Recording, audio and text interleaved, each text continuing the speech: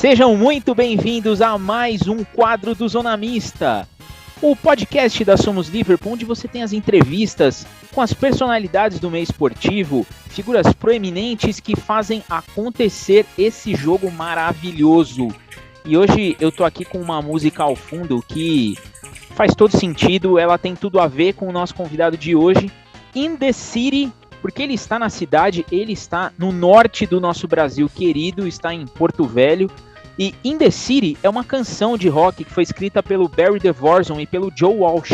Ela foi gravada pela primeira vez pelo Walsh e foi lançado na trilha sonora do filme The Warriors, em 1979. Essa música é da banda californiana Eagles. E por que uma banda californiana? O nosso convidado de hoje, ele é diretor de scouting do San Jose Earthquakes. Eu estou aqui com Bruno Costa, que vai falar tudo pra gente sobre MLS, vai bater um papo espetacular, mais um episódio daquela nossa série de gestão esportiva. E, Bruno, por favor, se apresenta pra nossa galera, que não são poucos que nos ouvem. Prazer, Diego, Lucas, Nicolas, Rodrigo, uma satisfação, né, a gente estar aqui com vocês. Realmente estou aqui em Porto Velho, Rondônia, minha terra natal. Eu vou contar um pouquinho da minha história rápida, né, para quem não me conhece. Eu sou nascido em Porto Velho, com 15 anos eu tive a primeira experiência nos Estados Unidos, onde eu terminei o segundo grau e jogava futebol, fiz um ano de faculdade. Mas, como todo ex-atleta, né, tive duas lesões sérias e achei que seria a oportunidade de eu finalizar meu curso de gestão esportiva. E o único lugar do Brasil que tinha esse curso, Diego, era no Rio de Janeiro. Então, em 2001, com 21 anos, fui para o Rio, finalizei o curso de gestão esportiva e entrei na CBF como estagiário. Depois de 3 meses, acabei sendo contratado para trabalhar com o Branco, o lateral esquerdo da seleção, que era o responsável pela seleção de Masters. E logo em seguida, o Branco acabou assumindo como responsável, como diretor das seleções de base do Brasil. E a gente já tinha criado esse vínculo profissional, né, durante esse período de mais de um ano trabalhando junto. O Branco me convidou para, em 2002, assumir como supervisor das seleções de base da CBF, somente com 22 anos. O porquê da importância de falar outro idioma, quando eu falava inglês, espanhol, já tinha tido uma experiência internacional, me auxiliou muito nessa transição para esse meu começo dentro do futebol.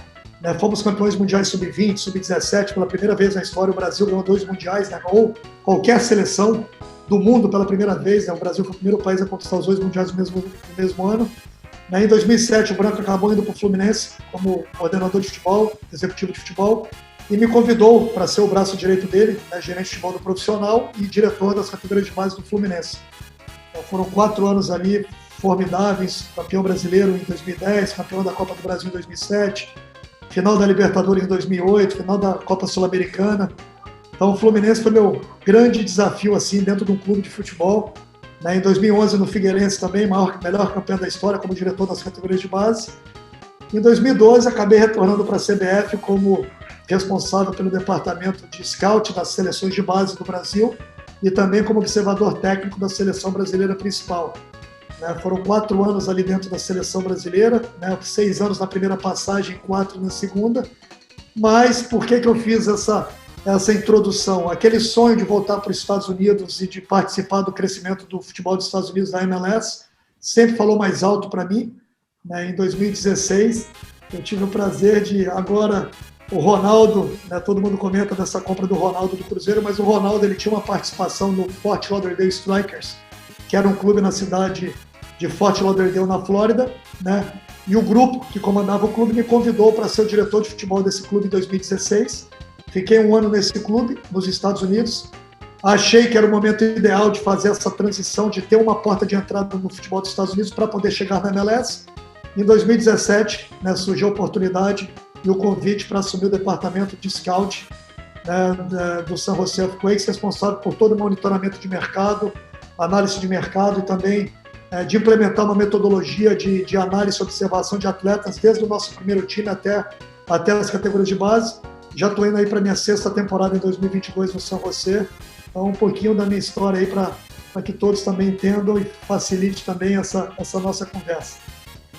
Eu vou já avisar vocês que quem não conseguir baixar esse episódio, quem tiver dificuldade por conta do tamanho, tá explicado aí nesse começo. Vai ser um papo daqueles. Eu vou agora apresentar meu time que vocês já conhecem, mas que agregam demais aqui. Nosso jornalista, futuro ACESP, Lucas, seja muito bem-vindo a esse Zona Mista Fora de Série, mais um. Mais um, Diego, e é um prazer estar recebendo o Bruno aqui, dividir também a mesa com você, com o Nicolas, com o Rodrigo. Vamos para mais uma aula, né, cara? Porque já deu para perceber que vai ser mais uma aula. Ele que é figurinha carimbada nas Minas Gerais, lá em Belo Horizonte. Nick, seja muito bem-vindo a mais um Zona Mista. Muito obrigado pela oportunidade. Estou animadíssimo para finalmente falar com alguém do cargo administrativo executivo do sistema de franquias de futebol americano. Futebol de pé, né? Para os ouvintes que nos escutam e sabem diferenciar, né? Porque são pautas muito interessantes que vão surgir aqui, porque o Bruno já levantou uma delas na minha mente que quando eu procurei sobre o Bruno, já fiquei curioso sobre o porquê. Ele trabalhou muitos anos no esquema de divisão, né, no esquema de ligas tradicional, no que rodeia a América do Sul, a Europa e tudo mais. E ele mesmo fala na própria apresentação. Ele quis ir para o formato da MLS, ir para o esquema de franquia, ir para a evolução ali daquele formato futurístico de olhar o esporte. Então, assim, vai ser, como o próprio Lucas falou, aulas cria, prepara a caderneta aí. Qualquer espaço de memória que tiver, porque o aprendizado aqui vai ser grande. E ele que é o meu alter ego no Rio de Janeiro. A gente tem aí... Nossas previsões têm batido ultimamente, né? Rodrigo, mais um Zona Mista. Seja muito bem-vindo. É isso, salve, salve Diegão, salve amigos da mesa, Lucas, Nicolas, um prazer aí, Bruno, tá podendo resenhar contigo aí, falar mais uma vez sobre futebol. Como disse o Nicolas, né, futebol de pé, o famoso soccer, né, mais um Zona Mista que a gente vai falar do futebol, do soccer, né, dos Estados Unidos. Tivemos uma resenha sensacional com o pessoal recentemente. Deixar um salve aqui pro Gabriel, pra Giovana, pro Rodrigo, meu xará lá, né, pra galera que participou com a gente. E hoje tendo a oportunidade de falar com o Bruno aí sobre o MLS. É um futebol que até nessa recente resenha a gente falou tanto, né, do crescimento da MLS nos últimos anos, de como o futebol, o soccer lá tem evoluído e tem se tornado bem atrativo, né? Então a gente vai resenhar demais isso daí hoje com o Bruno. Espero que a gente tenha mais um ZM de aula aí para agregar bastante pra gente. A gente sai daqui bem satisfeito. Espero que os ouvintes também curtam bastante. E eu vou começar esse giro de perguntas, né? Já vou jogar uma aqui pro Bruno, que eu acho muito interessante. Vou repetir uma pergunta que eu fiz pro pessoal do Atlético Atlanta. Bruno, a gente vê o futebol dos Estados Unidos lá no início dos anos 70, né? Com o Pelé, o Cruyff, o Beckenbauer, que era uma coisa mais voltada para o entretenimento, pura e exclusivamente o entretenimento. Então vamos trazer o futebol e figuras que tragam um espetáculo. Mas a gente vê a liga se moldando ao que realmente é o mercado do futebol. Então uma liga que passou por diversas mudanças e agora deixa de ser uma liga onde a gente só vê jogador que está ali na curva final da carreira, para ver uma liga com jogadores em ascensão, jogadores que se desenvolvem e, na minha percepção, o melhor dos efeitos colaterais da MLS. Uma geração de seleção americana que vive o futebol desde pequeno, a cultura do futebol, como a gente tem aí em outros países, principalmente no Brasil. Como que você enxergou, trabalhando no Brasil, saindo do Brasil e indo para os Estados Unidos, essa diferença de cultura e como que você vê esse desenvolvimento mais rápido em relação ao que a gente tem aqui no Brasil com relação a scouting de jogadores e a perfil de liga? Diego, grande pergunta. Eu vou tentar minimizar assim, em partes, porque é muita informação, mas lembrando, na década de 70, onde foi criada a NASL, que era a North American Soccer League, que foi a liga onde jogou o Cosmos, jogou o Fort Lauderdale, a equipe que eu trabalhei, o próprio Seattle, que hoje faz parte da MLS. Foi quando o Beckenbauer, o Pelé, né, vários atletas, né, famosos do mundo tiveram aquela participação, mas a grande transformação do futebol dos Estados Unidos foi a Copa do Mundo de 94, né, que traz tantas boas recordações para a gente, né, e muito para mim porque o Brasil fez a primeira fase toda de treinamento na cidade de Los Gatos e jogou no estádio de Stanford, que fica a 20 minutos do nosso clube, e eu moro a 15 minutos de onde o Brasil treinou agora no San José. Então foi uma coisa muito... conversando com as pessoas que vivenciaram aquele boom, né, em 94, né, e a criação da MLS, ela foi logo após a Copa do Mundo, ela foi criada antes, mas ela começou a ser jogada em 1996, né, e a primeira partida da história da Liga, Diego, foi em San José, na Califórnia. A partida foi entre San José Clash, que é o San José Earthquakes, hoje, contra o DC United, que era uma equipe super hiper tradicional, que ainda faz parte da MLS. Esse jogo foi 1-0, né, gol do Winalda, né, que jogava na seleção americana, né, então ele jogava no San José nessa época, e ali já começou a MLS a começar, e eu morava nos Estados Unidos em 95, com 15 anos, quando eu cheguei pela primeira vez ao país, comecei a vivenciar aquela paixão, aquele amor. O Brasil tinha sido tetracampeão do mundo, então eu já tinha uma noção cultural, já falava o idioma e vinha acompanhando todo esse processo de crescimento, mesmo no meu retorno para o Brasil, como eu expliquei no começo, em 2001, né, eu via esse potencial de crescimento da Liga. Mas a Liga ela teve uma outra mudança fundamental, Diego, que foi antes da Copa de 2002. A Liga ela passou por um problema de transição muito grande financeiro entre 96 e 2001, né, onde algumas equipes, só tinham 10 equipes, algumas equipes acabaram saindo, e o comissário da Liga, que é o Don Garber, que é a pessoa que hoje comanda a Liga há mais de 20 anos, né, ele virou para os donos da MLS e falou: pessoal, os direitos televisivos da Copa de 2002 e de 2006, ninguém comprou nos Estados Unidos. A gente precisa transmitir os jogos em televisão aberta. Para quê? Para que essa geração de filhos de imigrantes cresçam com o futebol, e a gente precisa que a seleção americana vá bem. É porque se a seleção americana não fosse bem nas Copas, automaticamente não criaria aquele boom.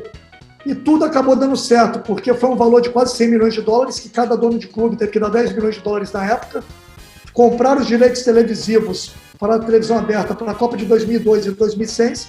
Para quem se recorda, foi a melhor campanha da história dos Estados Unidos, chegou nas quartas de final em 2002.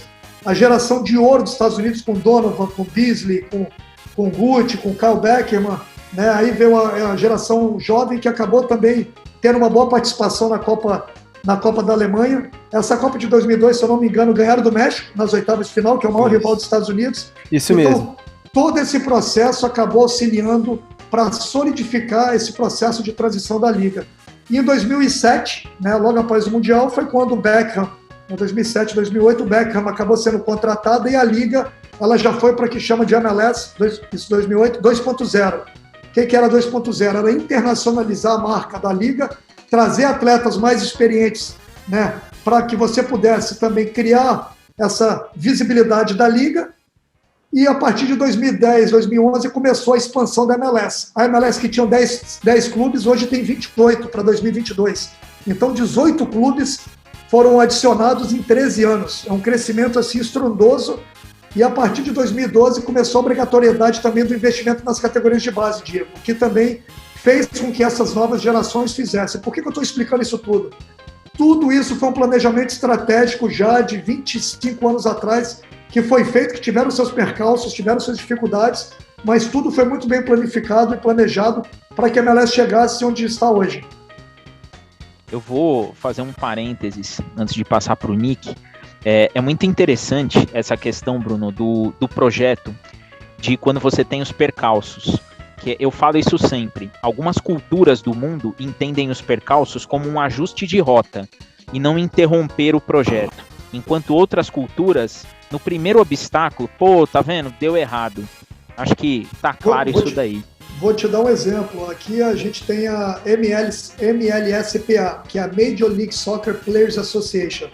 Toda a parte salarial, qualidade de hotel, viagem, alimentação, diária, tudo isso é aprovado com uma associação de atletas, né? Diferente do Brasil, que todo mundo é dividido, aqui tem a associação dos jogadores.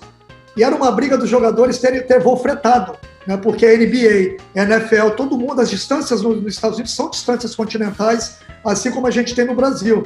E era uma briga, e aí bate no que você falou, devido à pandemia, foram obrigados a dar voo fretado para todo mundo ano passado, e esse contrato acabou virando um contrato de 5 anos, ou seja, pelo menos nos próximos 5 anos, o que seria, anteriormente eram 8 pernas, você teria direito a 8 pernas de viagem fretados, viraram hoje praticamente toda a liga, hoje os voos fora são voos fretados. Então, dentro desse percalço que teve devido ao coronavírus, a pandemia, acabou gerando essa oportunidade também que facilita muito essa logística dos jogadores dentro da liga. Nick, sua hora. Ansiosamente aguardando. Ô Bruno, eu adorei, assim, sensacional o seu início de pauta, porque você coloca pra mim aonde eu começo a admirar a MLS, que é logo após o boom de 2002.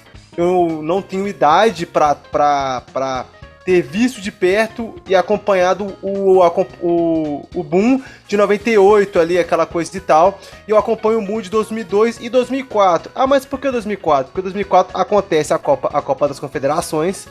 Pelo boom dos Estados Unidos é convidado e vai bem.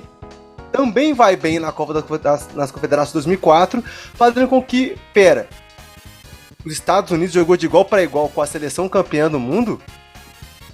Calma que tem alguma coisa para acontecer.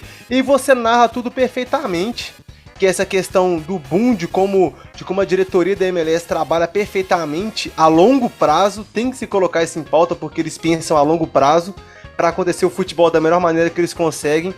E colocando mais um ponto de categoria de base, que você colocou que vocês queriam que as gerações trabalhassem futebol desde criança, e tanto os americanos quanto os imigrantes, eu queria que você explicasse para mim como que está sendo para você, que agora está tendo acesso a essa geração, como que está sendo para você encontrar mexicano, americano, canadense e outras nacionalidades, tanto da América Central também, jamaicano, tem jogador que vem do Havaí. Como é que tá sendo para você encontrar essas qualidades e nacionalidades que pro mundo afora é taxado como que não é nicho, né? Que não é foco do futebol hoje.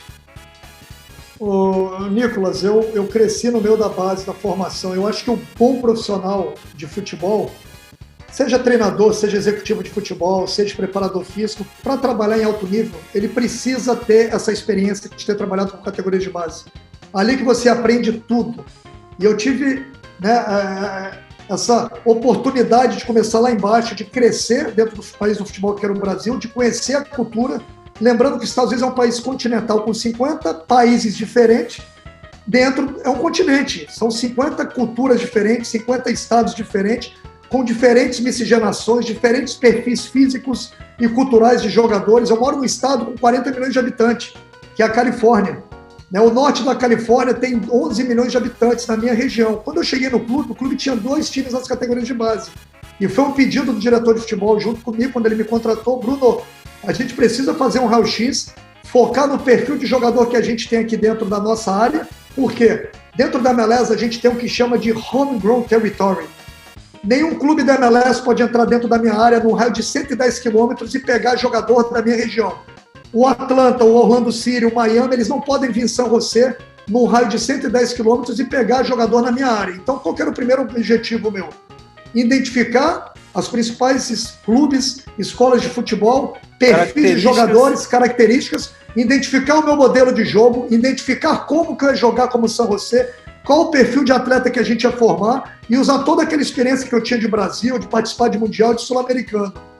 Resumindo, em 4 anos e meio de clube, hoje o São José é o segundo clube com mais atletas convocados para a seleção sub-20, sub-17 dos Estados Unidos. A gente teve 8 jogadores convocados semana passada. A gente teve 5 para a seleção sub-17, 3 para a seleção sub-20. E uma das grandes promessas do futebol americano hoje, que é o Kate Cowell, que é um atacante de 18 anos, é um jogador formado na nossa base, que fez a sua estreia na seleção principal semana passada no amistoso contra a Bósnia. Então esse trabalho, que é um trabalho também, deixando bem claro, Nicolas, o trabalho de base é um trabalho de pelo menos 4 a 5 anos para começar a dar resultado. A gente vê no Brasil esse imediatismo para que as coisas aconteçam, essa cobrança para o resultado. Então a gente precisava implementar uma metodologia de trabalho, uma metodologia do modelo de jogo, entender o perfil de jogador baseado nessa miscigenação que você falou, né, de muitos latinos, principalmente na Califórnia, de mexicanos, hondurenhos, guatemaltecos, panamenhos, costarriquenhos, né? E também usar isso para contratar jogador para o primeiro time.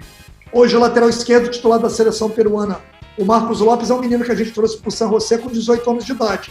Então isso tudo faz parte do trabalho que não só a gente, mas outros clubes da MLS também vem realizando hoje dentro da liga. Eu queria colocar um adendo também, já te perguntando para passar para que um dia quiser jogar a bola na próxima pergunta. Por quê? Porque você fala de um ponto extremamente interessante. As regras do sistema de franquia. Que é uma coisa que, assim, não o San José tem a regra dos 10 quilômetros ali, das regiões ali de San Andrés e etc. Não é por questão, tipo, a gente quer. Não.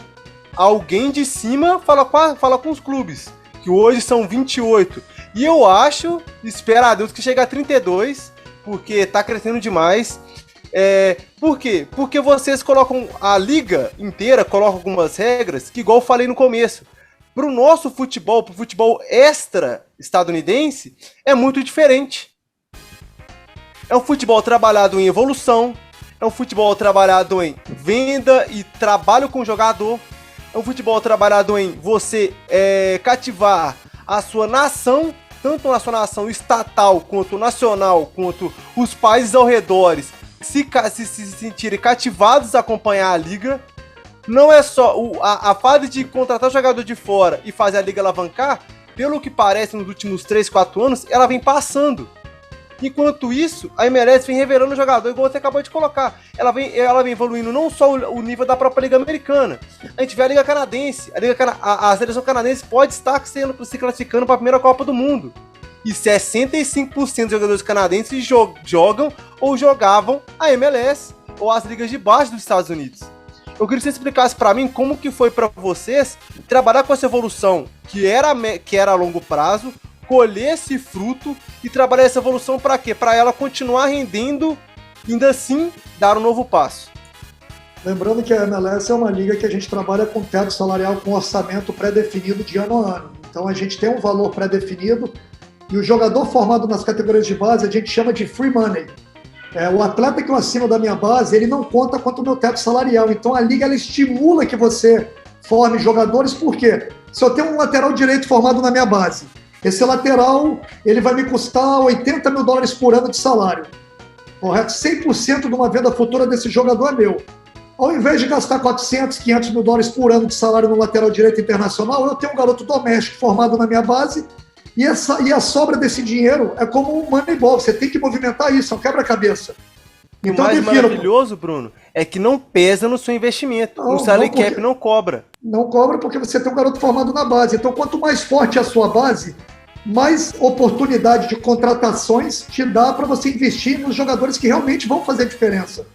Por isso da gente ter focado muito para esse trabalho de base dentro do clube. Cada clube tem o seu modelo de negócio. Mas trabalhar com esse mecanismo interno me fez, por exemplo, quando eu estou analisando o jogador, agora estou aqui no Brasil, mas eu vim juntando a questão profissional, que tem jogadores que a gente está monitorando para serem contratados, né? E também entender o mercado, porque a MLS ela lançou, vocês devem ter visto há 2 semanas atrás, a MLS Next Pro, que é a segunda liga, que vai ser o segundo time de todos os clubes. Essa liga vai ser uma liga para quê? Para que a gente já possa oportunizar não só os nossos jogadores da base, mas eu ir no Flamengo, no Fluminense, no São Paulo, no Corinthians, jogadores de 20, 21 anos que estão estourando idade, ao invés de ir para uma Série B do Brasileiro, uma Série C, ou ficarem quebrando cabeça, esses meninos vêm para a MLS, para o nosso segundo time, né? A gente trabalha esse jogador e o Brasil forma jogador como nunca. O Brasil é um celeiro de jogadores, então é mais uma oportunidade que a MLS criou para oportunizar não só o desenvolvimento do jogador doméstico, mas também identificar no mercado, principalmente sul-americano, por que o sul-americano? A crise que a gente vem passando na América do Sul, a disparidade do real, disparidade do peso argentino, a crise que a gente tem na Venezuela, o futebol sul-americano hoje, antigamente, você fala, jogador venezuelano, destaque do Atlético Mineiro, Savarino, foi contratado aonde? MLS. Tá? Só para dar um exemplo. Então, você encontra jogadores, o Thales Magno agora foi campeão, então você tem a via de mão dupla, não só de jogadores que vêm para o Campeonato Brasileiro, que é maior, né, que é o maior campeonato das Américas, né, a nível de tudo, batendo de frente com a Liga México, com a Liga Mexicana e com a MLS. Então, quem vai movimentar as Américas no mundo é a MLS, a Liga Mexicana, que já está perdendo espaço para a MLS, e o Campeonato Brasileiro. Então, isso tudo faz parte do planejamento que a gente também tem dentro da Liga. para contratações de jogadores jovens, para monitoramento de atletas. E o Brasil hoje já é o segundo país com o maior número de atletas na MLS, só atrás da Argentina. O Brasil tem 33 ou 34 jogadores hoje dentro da liga. Eu acredito que até o começo da temporada bata 40. Rodrigo, sua vez. Aproveitar o gancho de algumas coisas que vocês falaram aí, Bruno, a gente também tem um outro boom, né? Foi falado do boom de 2002, 2004, e a gente tem um outro boom com relação ao futebol norte-americano, que é a ascensão de vários jogadores da seleção dos Estados Unidos de futebol hoje no cenário europeu. Né? A gente pode citar, por exemplo, o Pulisic, né? Jogador do Chelsea. A gente pode falar do Reina, que joga no Borussia Dortmund. Tem outros, tem Tyler Adams, tem o Zimmermann. Tem vários jogadores hoje que atuam, né, no futebol europeu e nos principais clubes do futebol europeu. Não simplesmente alguns jogadores que estão ali na Championship, na segunda divisão da Inglaterra, por exemplo. Não, nós temos jogadores realmente com destaque nos principais clubes europeus e eu queria saber de você como que essa evolução da MLS ajudou também nisso, nessa transição dos jogadores norte-americanos poderem estar se destacando e sendo destaque nos grandes clubes europeus hoje, por exemplo. O crescimento da MLS, ela fez com que todo o futebol da América Central e América do Norte evoluísse. Tá? Alphonso Davies foi formado pelo Vancouver Whitecaps, uma equipe canadense da MLS.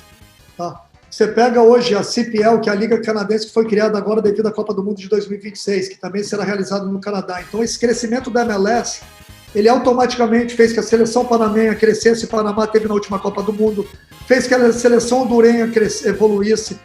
El Salvador agora está ali brigando, está ali no octagonal final também. O treinador é muito amigo meu, o filho dele, o Gerson Pérez, Hugo Pérez, a gente conversa muito sobre isso. Eles querem que os seus jogadores vão até para a segunda divisão dos Estados Unidos, que é o USL, para que eles possam ter um nível de competitividade maior. Então, isso tudo automaticamente valorizou.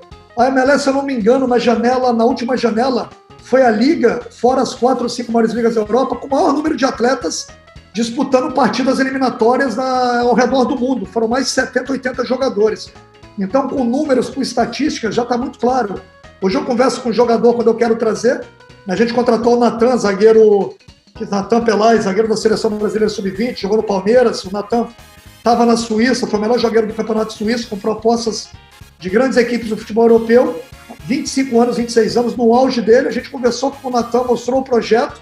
O Natan não pensou 2 vezes de vir para o San José. Então a gente vem vendo isso cada vez mais. Né? O Brenner é outro exemplo aí, o pessoal que é tricolor aí. Então, com melhores treinadores, com melhores investimentos, com centro de treinamentos, com estrutura, com nível de profissionalismo alto.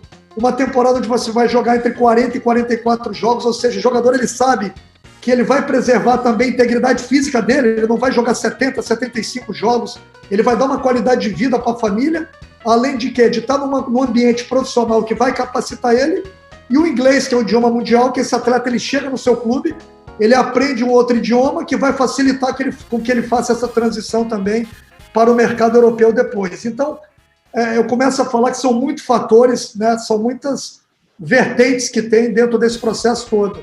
Né? E dentro do trabalho de formação, né, até para finalizar, semana retrasada, antes de eu embarcar para o Brasil, foi realizado, né, depois da pandemia, dessa loucura toda, o maior torneio de base dos Estados Unidos hoje é organizado pela MLS. A partir de 2020, a MLS também ela absorveu a responsabilidade, ela criou a MLS Next, que é onde todas as categorias de base, do Sub-12 até o Sub-19, são jogadas. Né? A gente tinha mais de 300, 400 times dos Estados Unidos, do sul da Califórnia, ali jogando, e observadores e scouts do mundo todo. Eu conheço todo mundo, era Benfica, Paris Saint-Germain, Real Madrid, Barcelona, Borussia Dortmund, todo o mundo hoje aliviou os Estados Unidos e os clubes formadores dos Estados Unidos como um potencial tremendo de contratação de jogadores. Isso aí, a gente que vivencia uma coisa realmente que não tem como ir mais para trás, é só para frente. Até por conta desse adendo que você acabou falando com relação à disparidade do real, do peso e etc, né? Como você bem disse, né? Tem muito jogador que também já sai daqui, ao invés de fazer a ponte direto para a Europa, vai para a MLS. Né? Então, ao invés de, vou ali, o Brenner, como você mesmo citou, é um dos exemplos, Thales Magno. Então, assim, isso acaba fazendo com que se torne realmente um polo cada vez mais forte de jovens talentos para que possa ser pensado pelo futebol europeu. Né? E por que esse interesse pelo jogador americano? Tem uma coisa muito importante no futebol que a gente escuta, tem muita palavra bonita no futebol que a gente escuta hoje em dia, né? Eu brinco, eu falo, mas é a questão cognitiva, a questão da tomada de decisão, a questão da inteligência de jogo. Né? E o jogador americano, por ele crescer num ambiente cultural e social diferente do que a gente tem na América Central e América do Sul, ele tem uma percepção, né, de entendimento de jogo muito grande. Então, você contratar um jogador dos Estados Unidos que fala inglês, que tem a dupla nacionalidade, que seja brasileiro, brasileiro-americano, francês-americano, ele vai ter o plus, que é de falar um outro idioma, de crescer numa cultura diferente, e dele estar preparado para essa mudança também cultural que ele vai ter nessa mudança. Então, ele não sente tanto essa mudança. Lucas, sua vez. Então, Bruno, você tinha comentado até mesmo sobre o imediatismo, respondendo uma das perguntas, o imediatismo do Brasil em revelar jovens, em trabalhar esses jovens, e ainda mais utilizando o scout. Você também trabalhou no Brasil também, já tem experiência brasileira. Eu queria saber qual seria a maior diferença, assim, relacionada ao scout, da MLS, você trabalhando com a MLS e você trabalhando com o futebol brasileiro. Existe uma diferença por conta até mesmo de uma gestão, eu acho. São várias diferenças que eu vou te explicar aqui. Primeiro, o Brasil, se você for pegar todos os elencos do campeonato de Série A, Série B e Série C, você não vai ter mais que 7, 8 países diferentes, correto? Geralmente América do Sul e olhe lá. Você vai ter o Pablo Mari, que veio da Espanha, a cada 2 anos, 3 anos. A MLS tem 78 nacionalidades diferentes dentro da liga. Então, o teu nível de observação ele é global, ele é no mundo. Você tem jogador aqui da Ásia, do mundo, do Oriente Médio, um jogador da América Central, América do Sul, Europa. Então, é uma liga realmente globalizada. Então, você tem que ter uma ferramenta de observação muito grande em cima disso. O Brasil, por ser um país totalmente formador e por ter um mercado muito voltado para a América do Sul, ele acaba focando muito no mercado micro, né? Em vez do mercado macro. Né? Você vê, mas aí você já acompanha hoje, né, o brasileiro aí, contratação do Atuesta, né? Teve a questão aí que a gente escutou de vários jogadores, o Blessing, que teve uma conversa na época de ir para aí, o Castellanos, que foi o artilheiro da MLS, que no começo do ano teve um buchiche para Fortaleza, pro Palmeiras, para todo mundo. Muitos me ligaram para perguntar sobre... Ainda tem, não sei como é que tá aí para os Estados Unidos, Bruno. Até bom você comentar, porque ainda tem indícios de conversa dele com Fortaleza. Mas hoje, menos de 15 milhões de dólares não tira, é impossível hoje tirar ele aqui da MLS hoje, até porque ele é do Grupo City hoje, o Grupo City tem essa abrangência global aí, então eles conseguem. Então, só para te dar uma ideia de que o mercado brasileiro, ele pode olhar para outros mercados, a MLS já é um mercado que vem vindo. Então, foi a maior diferença, Lucas, e também a questão orçamentária. Né? Eu sou o Palmeiras, eu vou no Chile, gostei do Huerta, gostei do outro, do Blessing, eu gostei, pago 4, 5 milhões de dólares, compro e pronto, né? Então, vê o pessoal do Atlético Mineiro, compra, não, aqui você tem um orçamento para determinado número de jogadores que você pode ter acima do teto, você maneja todas as contratações junto com a Liga. Então, eu estou aqui conversando com vocês, eu fiz várias reuniões hoje, conversando com o nosso executivo de futebol, a gente está finalizando a contratação de mais 2, 3 jogadores, trabalhando quanto que a gente tem para gastar. Né? Não dá para você puxar a corda, Lucas, como a gente faz em outros mercados. Como é que é puxar a corda? Pô, joga 200 mil a mais, 300 mil a mais que a gente fecha o negócio. Aqui não tem como fazer isso. Você por 5, 10 mil, você não fecha o negócio. Por quê? A decisão não é sua só, você tem que passar para a Liga. O contrato do jogador é com a Liga. Tá? Tirando os 3 jogadores acima do teto salarial, que a Liga também tem uma ascendência, o jogador, quando ele assina o contrato com a MLS, ele assina com a Liga. Um ou outro jogador coloca uma cláusula falando que ele não pode ser trocado, tradable, para outro clube. Mas grande parte dos jogadores, o contrato é com a Liga. Então, se eu quiser trocar esse jogador, negociar ele para outro clube, você comunica para o jogador, você está mudando amanhã para o Atlanta, a gente acertou, foi acordado, o jogador tem que arrumar as coisas dele e mudar para outro clube. Obviamente tem um auxílio de mudança, tem todo um processo, o jogador tem um valor que é dado pela Liga para que ele possa mudar. Então, tudo isso já está dentro do planejamento, né, do que a gente faz. E a gente não contrata 10, 15 jogadores, Lucas, a gente contrata dependendo da janela, 4, 5, 3, 6. A gente faz muita mudança dentro da liga, né? Você não vê dentro do Brasil, você vê pouco, ainda vê, né? Pô, o São Paulo trocou o jogador com o Palmeiras, ou trocou, você vê empréstimo com opção de compra, mas eu estou falando de troca. A gente chama aqui de Bitcoin da MLS, que é o General Allocation Money, e o Target Allocation Money, que é o GAN e o TAM, que é o dinheiro de alocação que você recebe da liga para você movimentar. Além disso, tem a lista de descoberta também, Lucas, que chama de Discovery List.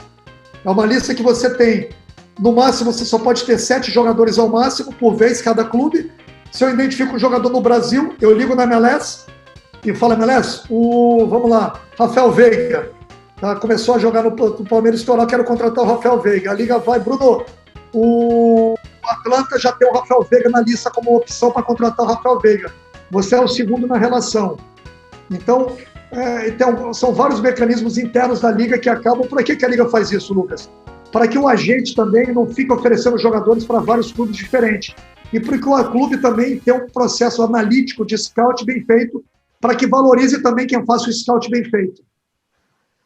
E é um processo de leilão, desculpa, Diego, e é um processo de leilão, né, que Perfeito. Muitos clubes brasileiros fazem direto, ainda Perfeito. Mais os empresários, não somente Perfeito. No Brasil, como na Europa também. No mundo todo. A Liga ela criou esse mecanismo, então eu estou criando coisas que podem parecer utópicas para quem não conhece, para quem não sabe, mas dentro da Liga, dentro da MLS, obviamente nada é perfeito, tem coisas a serem ajustadas, mas são situações e mecanismos que eu venho vivenciando há 6 anos aí, trabalhando dentro desse processo.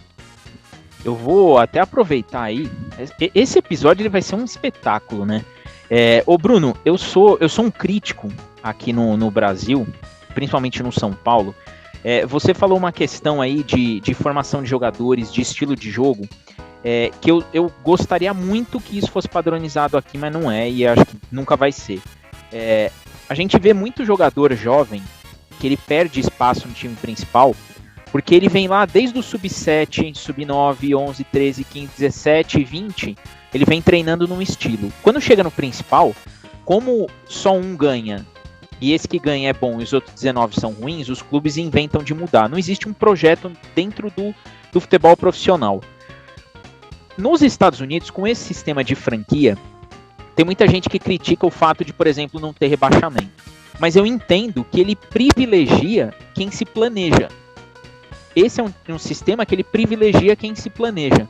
Como que você enxerga essa diferença de execução e de condução de projeto que a gente tem aqui no Brasil? Onde o treinador, ele na primeira rodada, ele tem uma característica de ser um cara mais agressivo e jogar com linha um pouco mais alta e com uma marcação-pressão, mas quando ele é demitido, vem um treinador que é completamente reativo e já muda a característica do elenco, e aquele jovem que apareceu bem já começa a não fazer sentido no clube. Aí eu dou o exemplo do Brenner.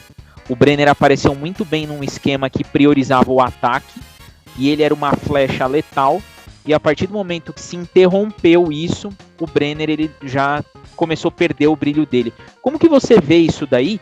Trabalhando como sendo o cara que analisa o trabalho do treinador e que analisa o trabalho do jogador. Na verdade, Diego, não tem ciência exata dentro do futebol, né? E a gente sabe que a paixão dentro do futebol brasileiro, ela fala mais do que a razão, né, em vários momentos. E aí que você encaixa essa oportunidade de negócio, e a gente briga muito porque de vários e poucos empresários brasileiros estarem tão ricos e ganharem tanto dinheiro. Por quê? Ele pega um jogador com 6, 7 anos de formação do São Paulo, do Fluminense, do Corinthians, do Grêmio, do Inter. Diego, se esse jogador não se lesionou, se esse jogador tem uma cabeça no lugar, a probabilidade dele não dar certo em algum lugar é quase zero. Ele vai estourar em algum lugar, seja em algum mercado do mundo, ele vai estourar. Você pega um jogador desse, um produto com 21, 22 anos, formado, por essa falta de paciência que a gente tem muitas vezes, os clubes sofrem muito nesse processo de transição. Isso é uma briga, conversa que a gente tem. Eu sou membro da ABEX também, da Associação Brasileira dos Executivos de Futebol. Participei, juntamente com outros amigos, do movimento também de criação de futebol de base, do movimento de base que a gente tem hoje dentro do futebol brasileiro. São discussões. A CBF hoje ela criou o Campeonato Sub-23 de aspirantes, que somente 5 ou 6 clubes da Série A participaram. Era uma discussão, uma pergunta que eu tinha. A gente falava tanto mas outros clubes preferem emprestar o jogador para uma Série B do que ter esse jogador no Sub-23. Então, a gente ainda não tem dentro do Brasil ou em qualquer outro lugar, realmente, um modelo 100% funcional dentro disso. Olhando o elenco do Grêmio, Diego, quem diria que o Grêmio seria rebaixado? O Campaz foi o jogador mais brigado para ser contratado pela MLS. Todo mundo queria o Campaz. Tem 2 anos que a gente tentou contratar o Campaz do Tolima, não conseguimos, outros clubes tentaram. Foi para o Grêmio, grande revelação do futebol colombiano. Tá? Aí você vai e contrata o meia da Universidade Católica, o Pinedo, um jogador. Você tem um Jeromel, você tem tantos jogadores, você tem um Rafinha, não tem explicação. Vila Sante também. Vila Sante, destaque da seleção paraguaia sub-23, jogando na seleção principal. É o quê? Você entra nesse ciclo vicioso, nessa cobrança que você tem insana, na troca metodológica de perfil de treinador. Você sai do Filipão para o Wagner Mancini, para o outro. Então, isso tudo cria essa bola de neve e, ao mesmo tempo, você vende um Mateuzinho no meio do ano, você perde esses jogadores de qualidade que estão subindo. E aí que vem a oportunidade de mercado que eu tenho que analisar, Diego. Qual que é o meu trabalho? Identificar no São Paulo, identificar no Grêmio, no Fluminense, nesses clubes, jogadores que foram queimados dentro do processo, que eu possa trazer num custo baixo. O Elinho é um exemplo, um atleta que não foi utilizado no São Paulo. O Red Bull identificou o perfil do jogador para contratação, contratou o jogador Bragantino e está lá. E vários outros jogadores. E isso você vai ver acontecendo cada vez mais dos clubes que vão se tornar empresa no futebol brasileiro. Por quê? Você colocou teu dinheiro, o investidor americano comprou o Botafogo, o Ronaldo comprou o Cruzeiro. Esse processo de formação ele vai ser diferente agora, porque ele precisa recuperar também o investimento que foi feito. Então, esse tempo, essa transição, mas a diferença é a questão do rebaixamento. Os Estados Unidos, você tem a tranquilidade e o tempo de lançar esse jogador sem uma cobrança tão grande pelo resultado. Já tem cobrança. Mas no Brasil, se você não souber fazer essa transição e não tiver o treinador correto para lançar esse jogador, se o teu clube cai da primeira para a segunda divisão, teu valor de mercado vai lá para baixo. Então o Ronaldo está comprando o Cruzeiro numa Série B para tentar jogar para uma Série A. O investidor americano já comprou o Botafogo com marca de Série B, de Série A. Quem for chegar no Náutico, no Santa Cruz, num clube agora de Série C, de Série D, tem que chegar agora. Identificar esse modelo de negócio para comprar. Então, tem muita coisa aí para ser analisada, para ser feita, então, dentro desse processo, que você precisa identificar e ter pessoas capacitadas para tocar esse projeto. O gestor, o executivo de futebol, que vai ser a pessoa que conheça e tem uma experiência também dos dois lados, né? E tem esse equilíbrio. Por isso que vem acontecendo naturalmente, mesmo eu na MLS, eu recebi sondagens já e conversas de 3, 4 clubes de futebol brasileiro me perguntando se eu tenho interesse de voltar para o Brasil, de assumir como executivo de futebol, porque vão buscar no mercado agora, naturalmente, profissionais que tenham conhecimento do clube, do modelo de clube-empresa, e profissionais que conheçam também o mercado interno, que já tenham trabalhado no mercado brasileiro. Então, nos próximos 2, 3 anos, com a criação da SAF Clubes virando empresa, vai ser uma coisa muito interessante de ver quais são os executivos e as pessoas profissionais que tomarão conta desse processo dentro dos clubes brasileiros. Nick, sua vez. Cada brecha maravilhosa que esse maravilhoso executivo está me entregando, é impressionante. Vamos colocar na primeira brecha que ele me deu. A primeira brecha que ele entrega pra gente é a maravilha do modelo de negócio que é no sistema de franquia, né? Que é o formato tradable, que enquanto para o sistema de franquias é extremamente atrativo, e no caso da MLS, ela fortifica isso, ela deixa isso, clubes façam isso sempre que possível, sempre que necessário, a gente está dando esse, entre aspas, aval para eles fazerem isso. Ao contrário disso, a gente pode reparar nas 5 grandes ligas da Europa, na Liga Chinesa, no Brasileirão, na Liga Argentina. Qual que é o problema? Os clubes não querem fazer essa transição. A gente pode falar na Premier League, que é o que a gente fala nós somos Liverpool mesmo, o tanto que um clube encarece o valor de compra de um jogador quando um clube da própria liga vai buscá-lo. Mas por quê? Porque tem aquela frase, eu não vou fortificar o meu adversário. Um adversário direto, por que eu vou dar uma peça que para ele pode ser útil a um preço ok, a um preço interessante?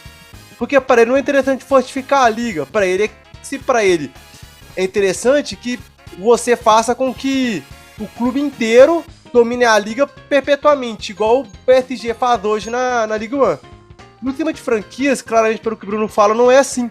Eu queria entender com ele como que isso funciona, porque, igual ele mesmo falou, há muito jogador chegando lá, e muito jogador novo. E como é que é feito isso, Bruno? Como é que um clube ele notifica vamos colocar um exemplo, né? Você chega, por exemplo, no Atlanta e fala assim: ah, Atlanta, o jogador X com 17 anos não sendo utilizado e eu quero trocar por ele. Como que é feito esse contato? Esse contato é direto, a gente faz uma análise de mercado, a gente tem hoje as ferramentas analíticas, elas te auxiliam dentro do processo de monitoramento e filtro, né? Eu falo isso muito bem, né? Até porque eu, como responsável pelo departamento, a gente criou uma metodologia, um modelo de jogo dentro do nosso clube baseado no QPI, que é o Key Performance Indicator, que é o identificador de performance por posição. A gente tem os dados de todos os jogadores da liga, isso é uma coisa geral da liga. Acabou o jogo da MLS, Nicolas, todo mundo tem acesso à câmera aberta aos dados de GPS de todos os jogadores. Então eu conheço muito mais o jogador de dentro da MLS do que eu conheço o jogador que eu for contratar de uma outra liga. Então, a partir do momento que a gente faz esse filtro, a gente faz as reuniões, cria uma shortlist de jogadores, né, por posição, passa para o nosso treinador com o executivo de futebol para que eles possam entrar em contato, o executivo com o executivo do outro clube, para ter as trocas de jogadores. A gente tem esse dinheiro interno que a gente pode usar para fazer essas trocas e compra de jogadores dentro da liga, tá, que chama de allocation money. Naturalmente, Nicolas, dentro do que você está falando, eu estou na costa oeste dos Estados Unidos, na Califórnia. O Orlando City, ele prefere me negociar um jogador do que negociar para o Miami, que é o principal rival dele. Então, o jogador, para mim, da costa leste, ele é mais barato do que se eu for contratar um jogador da costa oeste. Por essa questão de rivalidade. Por quê? O campeão do oeste joga com o campeão do leste para disputar a MLS Cup a final. Não tem esse confronto direto por posição, né? E você só faz uma partida durante o ano, né, contra outra conferência. Então, a tua briga é com os jogadores, com os clubes da tua conferência. Então, quando eu vou buscar, primeiro eu faço uma análise dos clubes da Costa Leste, analiso todo o elenco e depois, se não tiver opção, eu venho para a Costa Oeste. Se for um jogador que a gente queira muito, ele vai custar um pouco mais. A gente contratou o Jeremy Bobizzi, atacante do Portland, da seleção americana no passado, eles estão na nossa conferência. Custou $1 milhão para a gente de GAM, né, de allocation money, mas era um jogador de 24 anos que não tinha um espaço dentro do Portland. Com certeza, se fosse para ir para um clube da Costa Leste, ele teria custado um pouco menos, mas o Portland, como está na nossa conferência, né, deu aquela subida, mas a gente já tem uma ideia já desse valor, mas eu também posso fazer trocas dentro desse processo. A gente trouxe o Remeri, volante do Atlanta, que está na outra conferência ano passado, então a gente trouxe o Gregos agora na re-entry draft, um jogador que não foi feita a opção de renovação dele pelo Minnesota, então tem um re-entry draft onde a gente escolheu esse jogador no segundo estágio. Se a gente escolher ele no primeiro stage, que é o estágio 1, automaticamente a gente era obrigado a cumprir com a opção de renovação dele no valor que estava predeterminado. Tipo uma segunda chamada do draft. Na segunda chamada, a gente não é obrigado a cumprir com isso, a gente tem a opção de negociar com o jogador um novo contrato, então a gente pode tentar minimizar esse valor. Então são vários mecanismos internos que a gente tem que... É o famoso dançando conforme a música, né? Exato. E eu acho maravilhoso como que a MLS atrai os executivos dos clubes a negociar internamente. Sim. Negocia internamente o tempo todo. Eu queria que você explicasse um pouco pra gente, Bruno, já comparando um pouco do nosso futebol com o futebol da MLS, que é uma questão que o formato de liga, o formato divisional, você mesmo falou, ele joga uma pressão para um clube, principalmente para os clubes que vêm de tradição, são centenários e tudo mais, aquela pressão de, se eu tô na Série A, eu não posso cair. Se eu cair pra Série B, eu não posso abrir mão eu não posso fazer um planejamento que corra risco de cair pra Série C. Eu não posso fazer esse tipo de coisa. Já na MLS, que é um formato franqueado, por mais que, vamos colocar assim, vocês demorem mais tempo, como é o caso do DC United. O DC United é o segundo maior campeão da MLS hoje. E ele não ganha título já tem alguns anos. Mas ele não abre mão do planejamento e da filosofia do clube. Mesmo que não tenha tido títulos a curto prazo na era moderna. Eu queria que você explicasse pra gente como que isso é tão entrelaçado nos clubes, igual você falou. Vocês trabalham uma filosofia regional, futebolística, do que você consegue entregar, do que vocês conseguem vender, de onde vocês tiram dinheiro, de onde vocês fazem qualidade de futebol. Por quê? Porque igual o próprio Diego salientou, aqui no Brasil a gente tem uma mudança de filosofia muito brusca por um simples resultado, por uma simples qualificatória de vaga na Libertadores naquele ano, por um simples título nacional naquele ano, para jogar 38 jogos ganhando de 1-0, ganhar uma Copa do Brasil e ficar no G4 brasileiro. Aqui no Brasil, sem filosofia nenhuma, você joga desse jeito, você ganha um título e é vice de outro, pro brasileiro tá maravilhoso. Pro americano já nem tanto. A filosofia da MLS parece que nem tanto. Eu gostaria que você me explicasse essa diferença. Até para quem ouve a gente e não conhece o formato de franquia, aprender um pouco mais. São realidades distintas e diferentes, né? Então, o que eu procurei fazer e procuro fazer é pegar o que eu posso aplicar que eu aprendi no Brasil, dentro do futebol dos Estados Unidos, e amanhã, eu retornando ao futebol brasileiro, o que eu posso aplicar dos conceitos que eu aprendi dentro do futebol, não só dos Estados Unidos, mas europeu também, viajando tanto, a gente com esse intercâmbio que a gente tem, a gente utilizar um pouco de cada, até porque a disparidade financeira dos clubes brasileiros, esse gap que a gente tem, ele é muito grande, né? Você pega um orçamento do Flamengo, do Palmeiras, né, o próprio Atlético Mineiro, mesmo com a dívida bilionária que tem, devido ao investimento que foi feito por 3 grandes investidores, né, o Palmeiras passou pelo mesmo processo. Por outro lado, a gente vê um Fortaleza muito bem administrado pelo meu grande amigo e irmão, Marcelo Paes, um amigo que eu tenho há mais de 20 anos.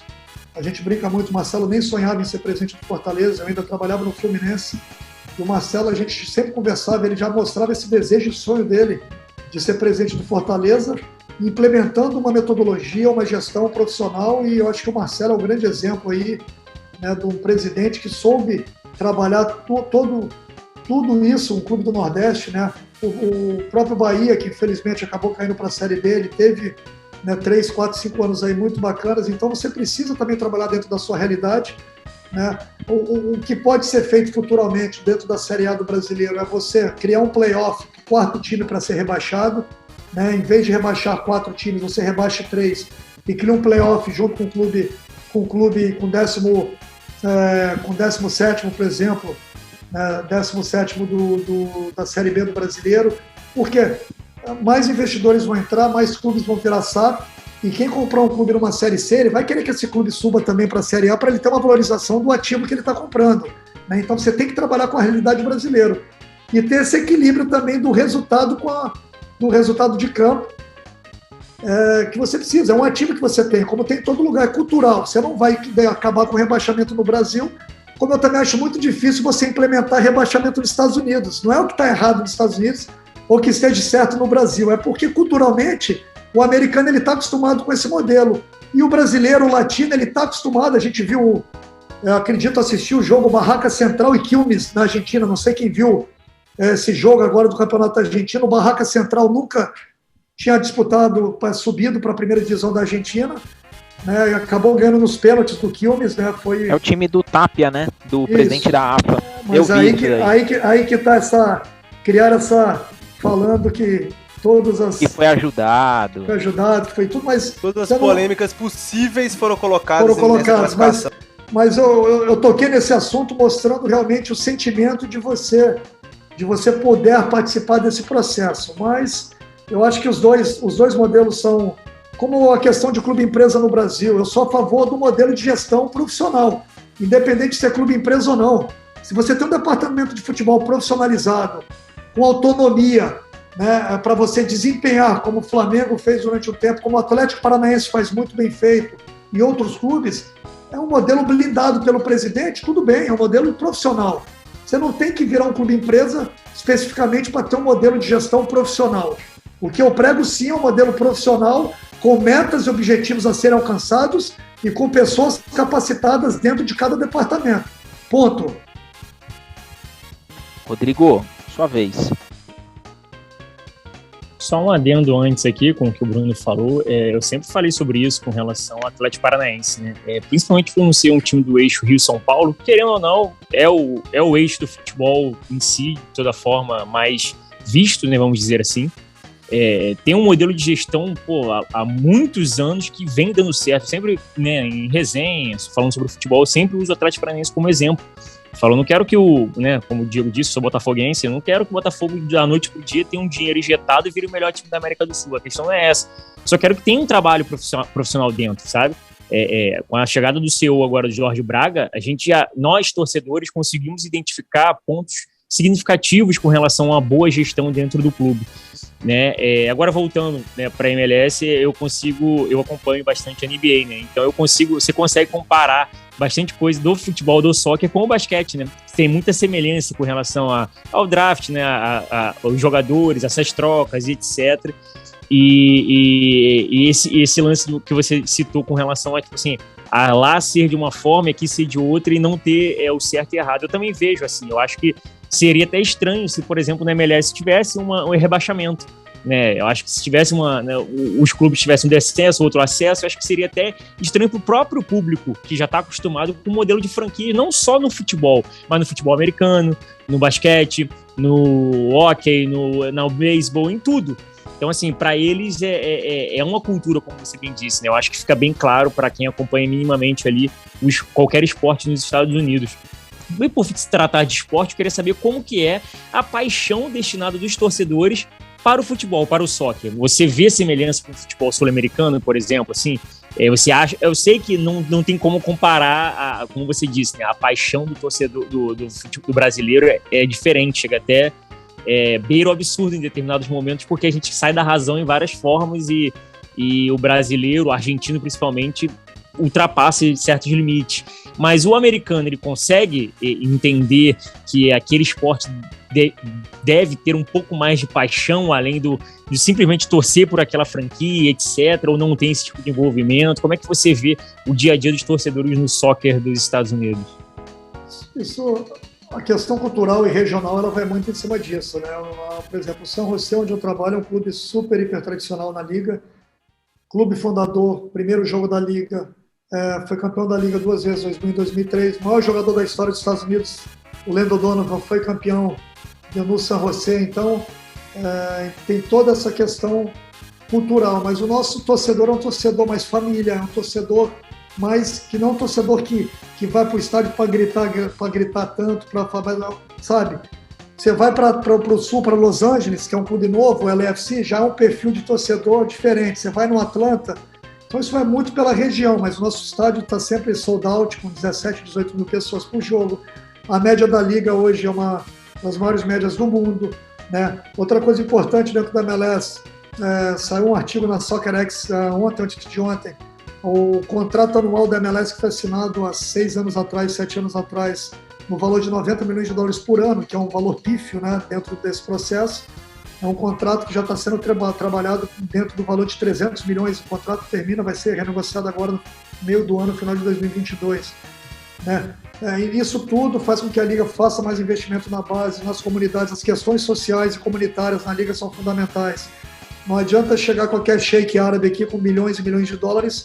Né? Foi um problema que o Beckham passou. Ele tinha franquia, ele tinha um nome, mas eles precisavam encontrar uma pessoa da comunidade, alguém que morasse em Miami, que tivesse uma ligação com a comunidade de Miami para poder, que foi os irmãos, a família Haas, né?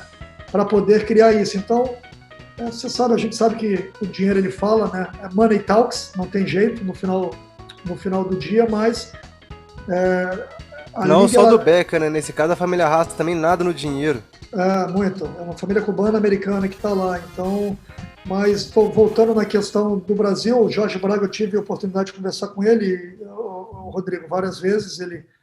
A gente conversou muito, uma pessoa muito, muito inteligente e centrada. Ele procurou entender muito o modelo de gestão que a gente tem nos Estados Unidos. Eu conversei muito com ele, ele perguntou muito para mim como é que funcionava. A gente discutiu algumas situações. Eu acho que é o caminho, né, para o futebol brasileiro, ter pessoas capacitadas, qualificadas. Eu tenho um CEO do meu clube que é responsável pela parte da administrativa. Você tem um executivo de futebol que é responsável pela parte técnica do clube. Você pré-define um planejamento dentro do que vai ser feito, não só orçamentário como técnica. Cria sua equipe de trabalho, seu organograma e pronto. E é assim que tem que funcionar. Sem conselheiro dando pitaco, sem pessoas que não têm o mínimo conhecimento participando do processo técnico e administrativo, que eles não têm o conhecimento. Querem torcer pelo clube? Querem bater palma? Vão para a arquibancada, torçam ou se capacitem, se preparem para fazer parte do modelo de gestão profissional do clube. É dessa forma que eu vejo. Né? E muita gente me pergunta se eu tenho pretensão de voltar para o futebol brasileiro. Tenho sim, dentro do modelo profissional, com pessoas capacitadas, onde você possa implementar o modelo de gestão, né? Como eu disse, a gente sabe da cobrança, a gente sabe do torcedor, a gente sabe da paixão, mas o torcedor ele precisa também deixar um pouco da emoção de lado e ver a razão também, o porquê dos gestores estarem fazendo e tomando aquelas decisões. E ganhar confiança dentro disso. Por que ele está fazendo? Tem um porquê. Eu, antes de passar aí para o Lucas, vou fazer um parênteses aí. Eu outro dia estava comentando, Bruno, que eu não veria nenhum problema de um conselheiro, principalmente do meu São Paulo, dele continuar no conselho para decidir a cor do uniforme, como que vai ser o uniforme, se vai ter terceira camisa. Só que para coisas técnicas, não dá mais para a gente ter um conselheiro que é um cara dos anos 80, que participou da escolha do Tele Santana lá, que vai chegar para você, Bruno, e vai falar assim, pô, Bruno, eu não gosto desse menino aí que você tá querendo... Mas por quê? Por quê? É. Como? Por que você não quer contratar ele aqui com a gente? Não quer contratar? Porque ele não encaixa no modelo de jogo, porque ele joga dessa forma, aqui estão os números dele da última temporada, aqui está o salário dele, aqui está como ele jogou no 4-2-3-1, no 4-3-3. Tem muitas vertentes, tanto para o sim quanto para o não na hora de contratar um jogador. Não é simplesmente o treinador gosta do jogador, vai por quê? Você vai, o ônus vai ficar para o clube depois, a questão de rescisão contratual do jogador, do treinador, é muito manter dinheiro no banco envolvido. 2-3 anos porque não deu certo. Você tem que ter uma, por isso que você precisa de um departamento internacional super hiper capacitado para que você possa maximizar o seu passivo e ter uma linha. Por isso a importância de você falar hoje, não é porque eu moro nos Estados Unidos, eu falo inglês, eu falo espanhol, não tem como você jogar uma Sul-Americana, jogar uma Conmebol se você não fala espanhol, não tem como você ir para uma reunião da Conmebol, ir para uma reunião na FIFA se você não fala inglês. Então, são detalhes mínimos você negociar com o jogador. Eu sou executivo de futebol, vou negociar com o jogador da Inglaterra. Eu vou trazer um intermediário, alguém para traduzir dinheiro, o que eu estou fazendo? Não, você tem que ir ali e definir o que vai ser feito e tomar a decisão. São detalhes que no final, na ponta do lápis, você está ou onerando um clube em milhões ou salvando milhões do clube. Então, eu já participei de várias negociações, eu já vi várias situações serem definidas por isso. A questão da comunicação hoje na vida ela é fundamental. E você ter pessoas capacitadas, sentar com o CEO do clube, por exemplo, está falando do Jorge, do Botafogo. Jorge, eu preciso contratar esse jogador. Por quê? Bruno, a gente vai pagar 100 mil reais por mês, por quê? Porque esse jogador, dentro da função dele, a média salarial é X. Esse jogador tem 22 anos. Esse jogador pode dar um retorno para a gente de Y. O jogador com essas características, ele foi vendido há 2 anos atrás. Hoje, os números te auxiliam para que você possa mostrar, porque o dono do meu clube, ele não está no dia a dia no clube. Ele precisa saber por que eu estou liberando aquele jogador e por que eu estou contratando aquele jogador. Né? E ele precisa ver números. Né? Então, o número ele não vai ser um embasador final para que você contrate ou defina, mas ele vai te auxiliar nas tomadas de decisão. É que nem quando você vai comprar um carro, vai comprar uma casa, você precisa saber da prestação, precisa saber do quanto de imposto você vai estar pagando. Né? Então, são vários detalhes que façam com que você crie esse equilíbrio, né, financeiro e administrativo e técnico também dentro do clube. Lucas, sua vez. Bom, a minha pergunta vai ser bem simples agora, mas assim, pensando mais no nosso querido Rodrigo agora, né, nosso Botafogo, dentro de tudo que já foi falado, que assim, questão de torcida, conselheiros, etc., qual seria o maior, assim, a maior dificuldade, o maior desafio para clubes agora que estão virando também empresa, que agora estão sendo vendidos e vão mudar, o que se espera, né, que mude a filosofia do próprio clube, da gestão e até mesmo de monitoramento dos atletas no Brasil, no caso que já é bem implementado na MLS, já dá certo, mas é por conta de uma filosofia totalmente diferente, já vem há muitos anos, agora já está começando a andar, e aí com o histórico do Brasil, tendo mediatismo com atletas. A gente vê assim a perda de paciência de algumas torcidas, como a do Vasco com o Thales Magno, que foi até para a MLS. Assim, não tendo essa paciência, o que você pode colocar como maior fator de desafiador para o momento? Eu acho que a transparência, a comunicação, você mostrar desde o primeiro dia para os torcedores realmente que são o produto principal do clube, deixando bem claro que isso é o maior patrimônio de qualquer clube brasileiro, de qualquer clube, é o torcedor. Mas mostrar para o torcedor realmente o que está sendo feito e a linha de trabalho que está sendo feita, entendeu? Dentro desse processo. Então, essa gestão profissional, você ter essa transparência, ela é fundamental para criar essa ligação também de trust, né? de verdade, do que você está fazendo, por que você está fazendo, o porquê das tomadas de decisões. Né? A gente viu várias parcerias que passaram no Brasil, né, nebulosas, né, de uma certa forma, que não tiveram essa transparência dentro do processo. Então, o torcedor, né, culturalmente, voltando para a questão cultural, o meu torcedor aqui no São José, ele vai para a mídia social, ele vai discutir, ele vai reclamar se eu não for bem.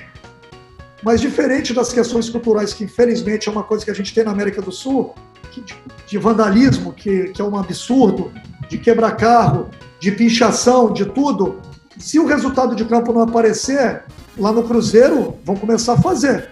Se o Ronaldo não chegar, não der resultado no Cruzeiro, vão começar a pinchar, vão começar a falar, a fazer. No Botafogo vai ser a mesma coisa.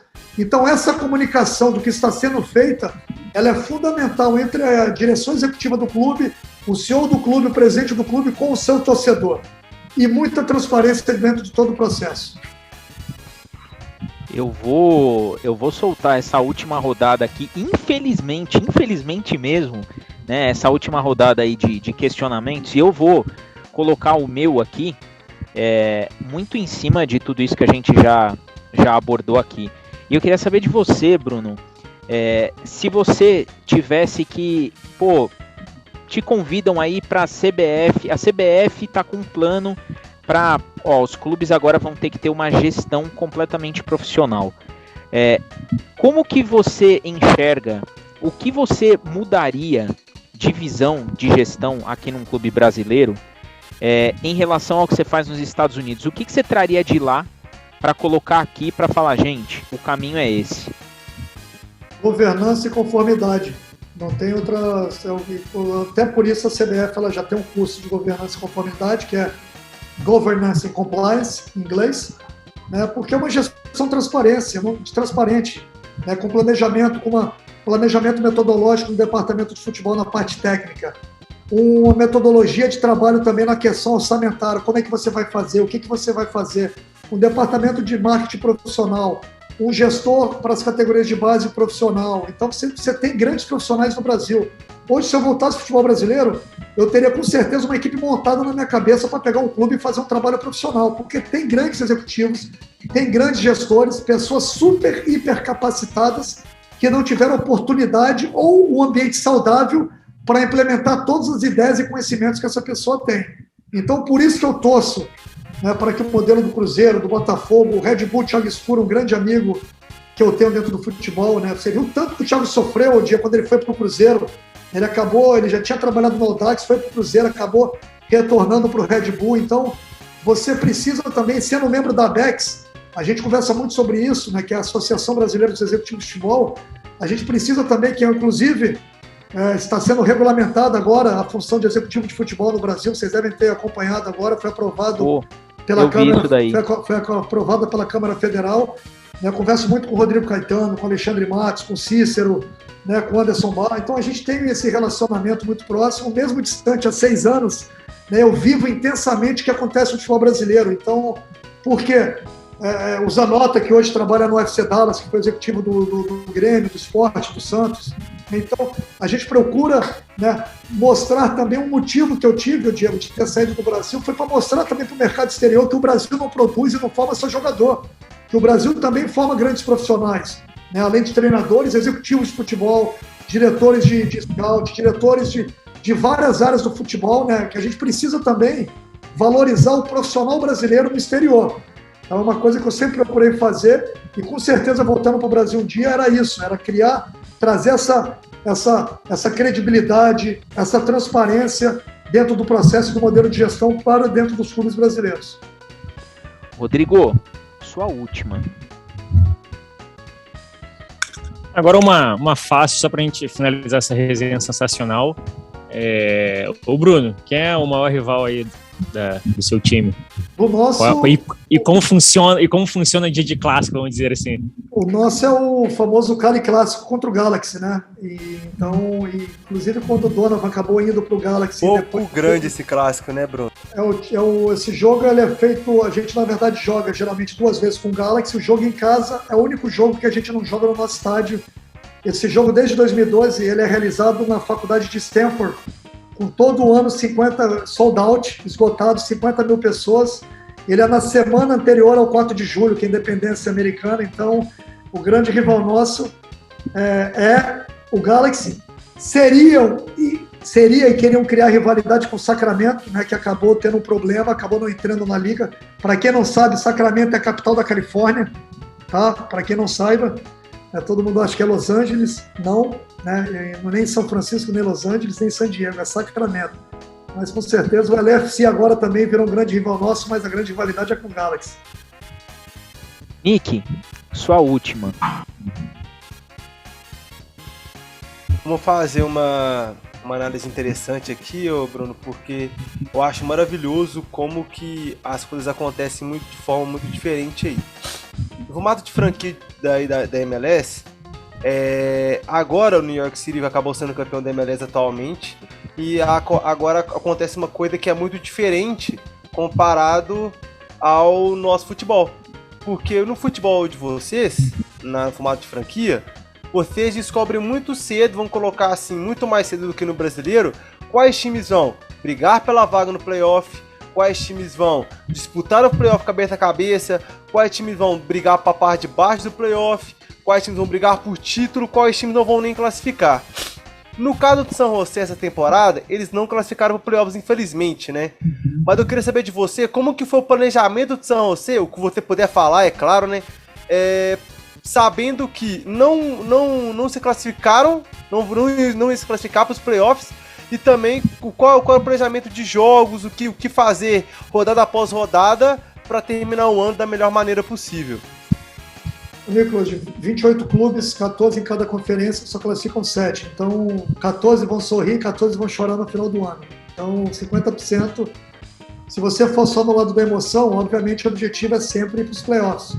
O nosso clube, dos 27 da última temporada, até porque o Charlotte ele entra agora, em 2022, a gente foi o 23º ou 24º com gastos. Então, um dos 3, 4 clubes que menos gastaram na liga. Porque a gente estava muito gastando dentro do nosso planejamento e dos 3 jogadores acima do teto. Era um investimento, em vez de gastar 2, 3 milhões de dólares contratando jogador, a gente achou melhor investir esse valor na formação de jogador e nas nossas categorias de base, para que a gente pudesse formar atletas e chegasse nessa situação que a gente está hoje, preparar essa fundação, né, para o futuro do clube. Né? E o clube, nos próximos 4, 5 anos, a gente vai ter pelo menos... Hoje a gente tem 9, 10, a gente vai ter pelo menos 17, 18 jogadores do elenco de 30 de atletas formados na base. Então é um planejamento que a gente tem para o clube, a gente quer sim, e vamos brigar pelos playoffs em 2022, mas o nosso treinador está indo para a 4ª temporada agora, o Matias Almeida, quem conhece é argentino, né, que joga na seleção. A seleção sempre tem um buchicho aí do Matias, aí agora para o Inter, depois para o Palmeiras, sempre tem um buchicho dele no futebol brasileiro. Não tem como não saber dele não, Bruno, sempre tá aqui. Parece que vem para cá todo ano. É isso aí, então já estou acostumado, já acompanhando sempre, mas é bem desse jeito que a gente trabalha aqui no clube. Lucas, você. Agora eu vou pegar assim, já um gancho já do que ele falou sobre o Matias Almeida, né? Sobre o treinador, que a gente tem sempre um grande mesmo problema aqui no Brasil, que é a vida curta de um treinador num clube de futebol. Porque se ele não tá indo bem, dentro de 5 rodadas ele já começa a balançar. Isso se ele já não caiu, né, dentro até mesmo de 3 rodadas, 4 rodadas, estando em má fase. Como, assim, como vocês trabalham na MLS, nesse caso, com relação ao treinador, ao tempo de treinamento, porque se a gente for comparar o Brasil com a Europa tem um tempo de tolerância com treinadores muito alto, salvo alguns clubes, claro, que cada clube tem a sua filosofia, mas como é feito até mesmo na MLS, a gente falou muito dos jogadores, mas a gente esquece também do cara que fica do lado assim, na beira do campo, né, treinando os jogadores, dando as instruções. O Matias, ele veio com 4 anos de contrato com o San José, uma coisa utópica no Brasil, né? Você falar que o treinador assinou 4 anos de contrato, vão rir da sua cara, né? Se você falar isso no Brasil. Completamente. Não passa do estadual. Vou perguntar para você, se você é maluco, como é que você faz um contrato desse? O Matias, ele veio com 4 anos, né? Ele chegou em 2019, no começo da temporada, está indo para a sua 4ª temporada, o contrato dele termina ano que vem. Mas você já mostra realmente a mentalidade do dono e a linha de trabalho que a gente tem dentro do clube. Mesmo não tendo classificado para os playoffs no último ano, né, a gente tem um modelo bem definido e ele, como eu disse, falando bem claro, ele teve propostas para sair, vários buchichos, ele preferiu seguir dentro dessa linha. Ele vai aí, né, tomara terminar essa 4ª temporada com a gente, classificando para os playoffs, e quem sabe se ele vai ficar no clube ou não, é uma coisa a ser discutida com o dono do clube, mas já mostra realmente aqui dentro do clube como é que a gente vê, como é que a gente trabalha. Eu vou começar aqui, infelizmente, né, esse encerramento, essa aula absurda que o Bruno trouxe aqui pra gente. Quero te agradecer muito, Bruno, muito por ter aceito o convite, por ter, vou conversar com vocês e por essa aula fantástica. Você pode ter certeza que você abriu a cabeça de muita gente, falando muito sobre gestão e vai mudar muito o pensamento, sobretudo dessa galera que está aqui. Queria agradecer você demais. Nada, Diego. Pode ir. É sempre um prazer, eu sou uma pessoa apaixonada pelo que faço, eu acho que a troca... Meu pai sempre me ensinou na vida, não é quantidade, mas sim qualidade, né? Se a gente puder tocar o coração e a ideia de poucas pessoas, mais pessoas que realmente tenham esse interesse, né, de crescer, de trabalhar nessa área de gestão, é um prazer. Fica à vontade para dividir essa nossa conversa aí nas redes sociais, no YouTube, onde você queira, que eu acho importante a gente passar essa informação gratuita para todos, né, que eu dou aula no curso da CBF Academy, estou viajando para a Turquia agora em janeiro para participar do maior evento de futebol da Europa em Antalya, que é um evento que eles têm no verão, no inverno europeu.